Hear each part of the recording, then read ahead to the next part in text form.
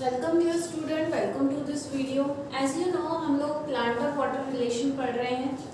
अब तक के हमने जो है वो देखा कि कैसे वाटर प्लांट में ट्रांसलोकेट होता है।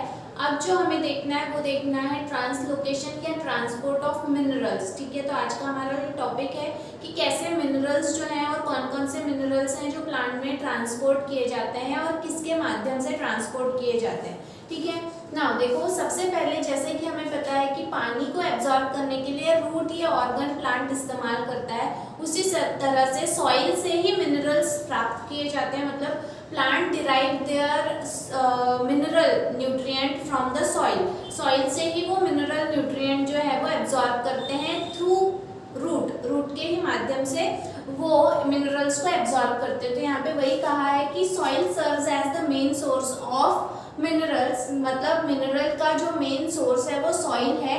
Occurring solid crystalline organic materials obtained from earth crust, और ये सारे सब्सटेंसेस जो मिनरल्स हैं ये या तो सॉलिड फॉर्म में रहते हैं या फिर क्रिस्टलाइन फॉर्म में रहते हैं। ऑर्गेनिक मैटर्स हैं, ऑर्गेनिक मटेरियल्स हैं जो अर्थ क्रस्ट से ऑब्टेन किए जाते हैं और प्लांट उसे इस्तेमाल करता है। ठीक है, जो भी मिनरल्स हैं इनकी प्लांट को क्या आवश्यकता होती है, तो प्लांट की जो डे टू डे एक्टिविटीज होती है, डे टू डे लाइफ होती है, इसमें मिनरल बहुत ही ज़्यादा इंपॉर्टेंट रोल प्ले करता है। ठीक है, और जो भी मिनरल्स हैं वो आयोनिक फॉर्म में, आयंस के फॉर्म में ही प्लांट के द्वारा एब्जॉर्ब होते हैं। ठीक है, मेनली थ्रू रूट्स। जैसे मैंने बताया कि जब वाटर एब्जॉर्ब होता है, वाटर के साथ में ही आयनिक डिजॉल्व फॉर्म में ही जो भी सब्सटेंसेस हैं वो एब्जॉर्ब होते हैं। किसमें, मतलब प्लांट जो है वो एब्जॉर्ब होता है, मिनरल्स को एब्जॉर्ब करता है प्लांट। ठीक है, in the form of dissolve form या फिर आयनिक फॉर्म बोल सकते हैं।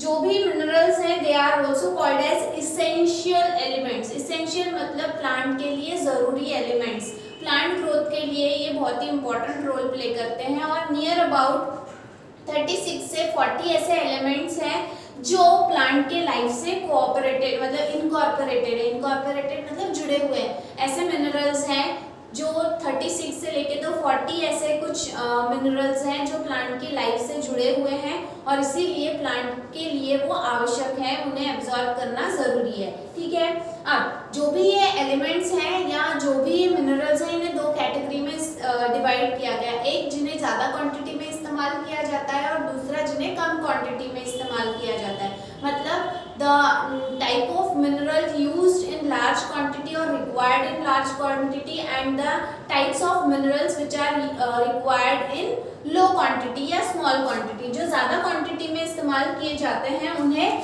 मैक्रो एलिमेंट्स कहा जाता है। वो है carbon, hydrogen, oxygen, phosphorus, nitrogen, sulphur, magnesium. ये सारे ऐसे एलिमेंट्स हैं जो ज़्यादा क्वांटिटी में प्लांट के लिए ज़रूरी होते हैं। वही जो छोटी क्वांटिटी में इस्तेमाल किए जाते हैं वो है कॉपर, कोबाल्ट, मैंगनीज।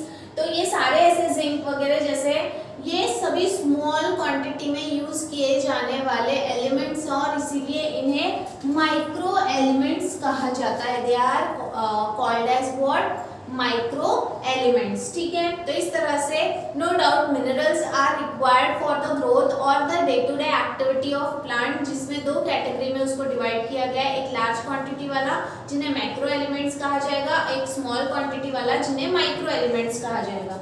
देन अगर हम मतलब ये कैसे पता लगा कि जो भी आयंस हैं या मिनरल्स हैं वो भी एब्जॉर्ब किए जाते हैं, तो जब प्लांट की ऐश मतलब जो राख होती है प्लांट की, उसे जब डेमोन्स्ट्रेट किया गया, एनालाइज किया गया, तो ये पता चला कि मिनरल्स भी उसमें पाए जाते हैं। मतलब ये इस बात को साबित करता है, अगर उसकी ऐश में मिनरल्स पाए जा रहे हैं इसका मतलब यह है कि प्लांट बॉडी में भी मिनरल्स प्रेजेंट होते हैं। ठीक है, जो प्लांट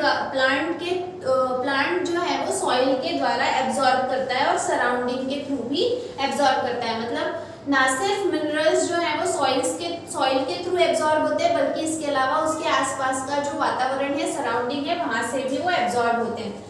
इसीलिए कहा गया है कि absorption of mineral is independent of that of water. मतलब ज़रूरी नहीं है कि मिनरल्स को एब्जॉर्ब करने के लिए पानी का सहारा ही लिया जाता है।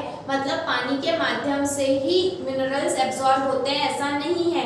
मिनरल्स जो है वो सॉइल के थ्रू अगर एब्जॉर्ब हो रहे हैं तो वो वाटर के साथ में एब्जॉर्ब होते हैं, लेकिन जब मिनरल सराउंडिंग से एब्जॉर्ब हो रहे हैं तो ज़रूरी नहीं कि वहाँ पे पानी होगा, ठीक है। तो इसीलिए कहा है कि इंडिपेंडेंट है, ठीक है। फिर इसके बाद में absorb mineral ions are pulled in upward direction along with xylem sap because of transpiration pull. पानी के साथ में जब डिसॉल्व फॉर्म में ये आयंस जो है एब्जॉर्ब किए जाते हैं, तो जैसे कि हमें पता है कि प्लांट जो है उसमें पानी एब्जॉर्ब हुआ जा रहा है या ऊपर के डायरेक्शन में अगेंस्ट द ग्रेविटी मूव कर रहा है, वो कर रहा है with the help of transpiration pull. ये हम ऑलरेडी डिस्कस कर चुके हैं। तो कहना ये है कि ट्रांसपिरेशन पुल के ही माध्यम से पानी के साथ में ये आयंस या मिनरल्स जो हैं, जो आयनिक फॉर्म में है, वो भी ऊपर की तरफ खींचे चले जाते हैं, ठीक है। Mineral ions are needed in the areas of plant namely apical, lateral, young leaves, developing flower, fruit, seed and stored organs. Plant में आयंस या मिनरल्स की कहाँ आवश्यकता होती है। बहुत सारे ऐसे प्लांट के ऑर्गन्स हैं जहाँ पे मिनरल्स की जरूरत होती है, और वो कौन कौन से हैं।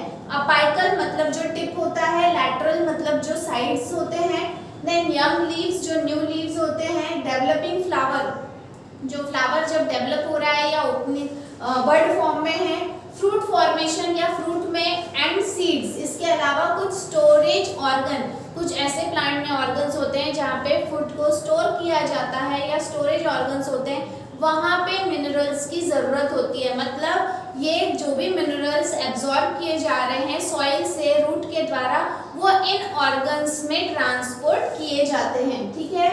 From root these are pulled and transported ascendingly through the sap and getting unloaded by fine veins through the process of diffusion in the vicinity of cell। जब पानी के साथ में ये रूट के थ्रू पूरे ऊपर की तरफ खींचे चले जाते हैं, उसके बाद में ये असेंडिंग ऑर्डर में ये ट्रांसपोर्ट किए जाते हैं, और उसके बाद में छोटे छोटे वेन्स के माध्यम से ये डिफ्यूजन की प्रोसेस के थ्रू सेल्स में बोल सकते हैं कि सेल में दिए जाते हैं, मतलब सेल को ट्रांसपोर्ट किए जाते हैं।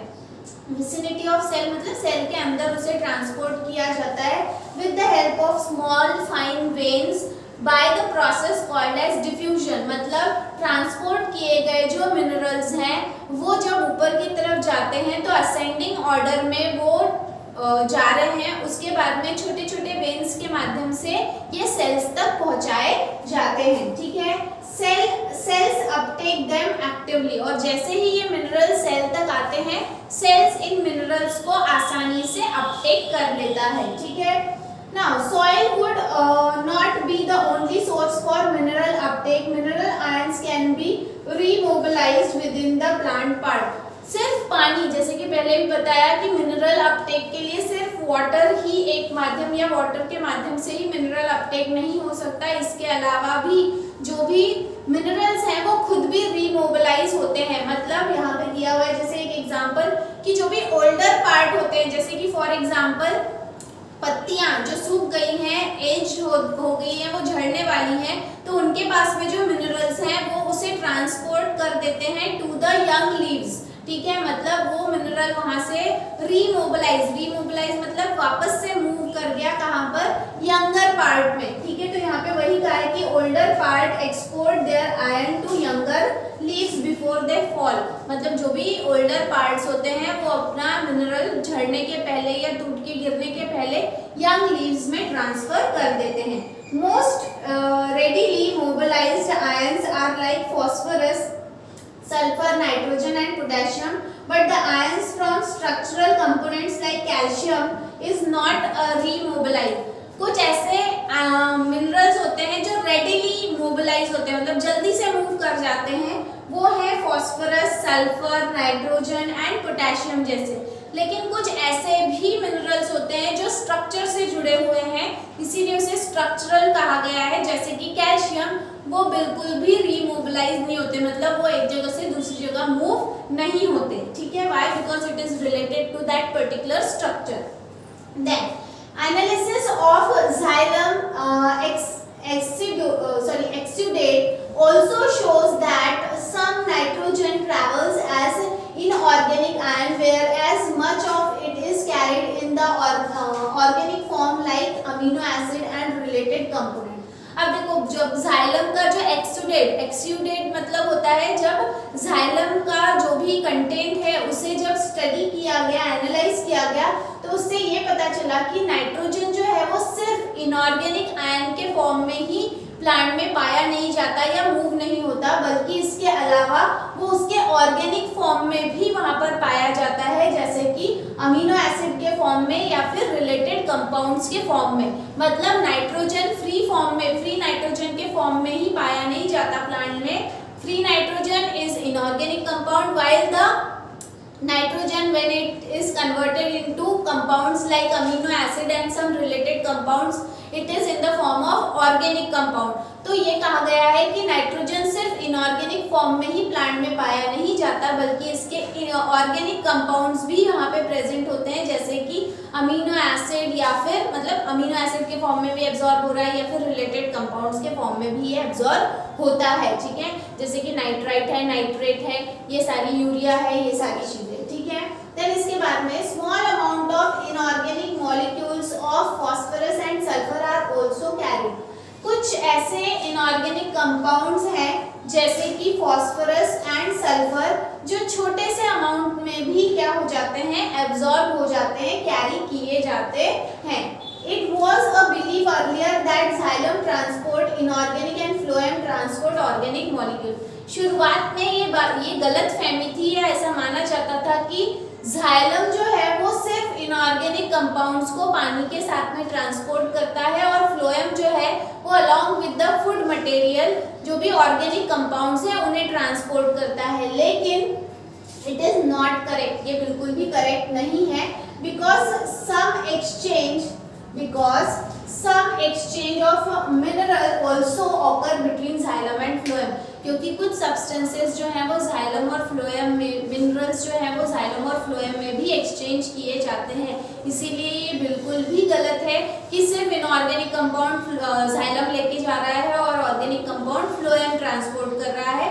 This concept is totally wrong, it was a belief earlier, पहले का ये माना जाना था, लेकिन जब ये सारी स्टडी हुई उसके बाद में ये क्लियर हो गया कि जाइलम और फ्लोएम भी आपस में कुछ सब्सटेंसेस या मिनरल्स एक्सचेंज करते हैं। तो इस तरह से आज के इस वीडियो में हमने देखा ट्रांसपोर्ट ऑफ मिनरल आयंस, इसके बाद में है ट्रांसपोर्ट या फिर ट्रांसलोकेशन ऑफ फूड मटेरियल, वो हम देखेंगे हमारे आने वाले वीडियो में। तो आज के लिए इतना ही, till then thank you very much.